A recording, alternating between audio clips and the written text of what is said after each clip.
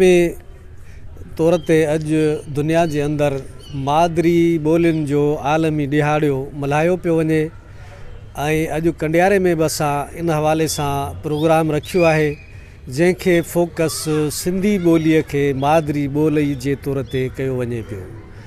असां इन दावा में हक़ बजानिब आहियूं त सिंधी ॿोली दुनिया जे क़दीम तरीन ॿोलियुनि मंझि आहे।